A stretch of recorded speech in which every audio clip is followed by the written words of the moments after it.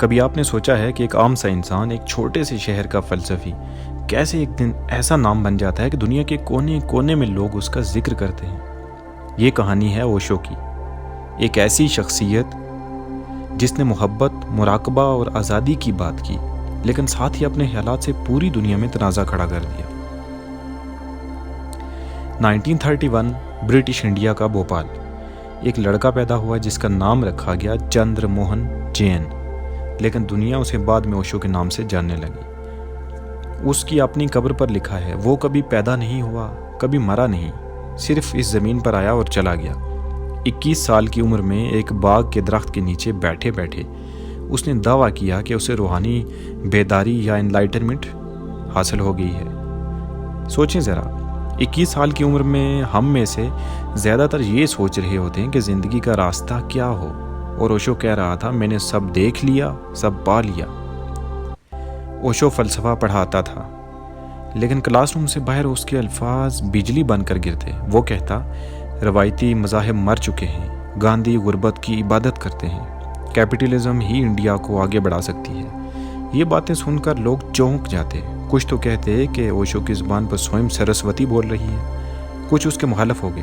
لیکن ایک عجیب سی بات تھی، ہر تنقید کے ساتھ اس کے ماننے والے بڑھتے گئے۔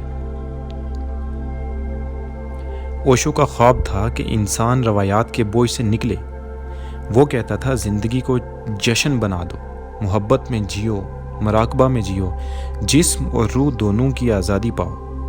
اس نے ایک نئے انسان کا تصور دیا، ایسا انسان جو معاشرے کے پرانے سانچوں کو توڑ دے۔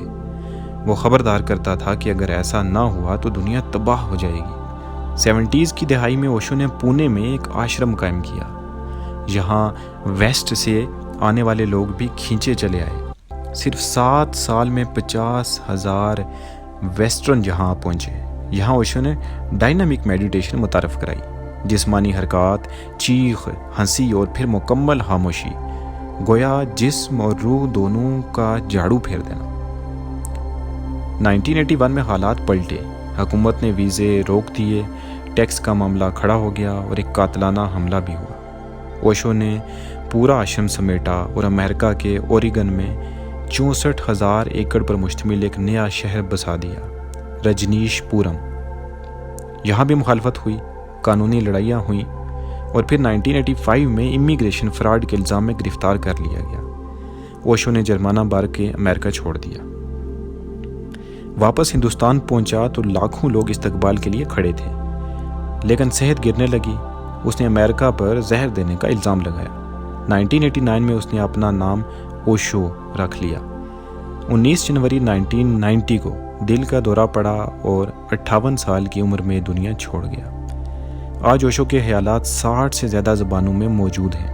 پونے کا آشرم اب اوشو انٹرنیشنل میڈیٹیشن ریزارٹ کہلاتا ہے، جہاں مراقبہ، یوگا اور دنیا بھر کی روحانی تکنیکیں سکھائی جاتی ہیں۔ نیپال سے امریکہ تک اوشو کے سینٹرز آج بھی ہزاروں لوگوں کو کھینچ رہے ہیں۔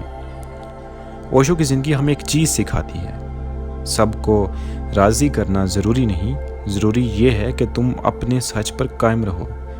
وہ متنازع تھا، تنقید کا نشانہ بنا، لیکن اپنے یقین سے نہیں ہٹا، اور آج مرنے کے بعد بھی کروڑوں لوگ اس سے متاثر ہیں۔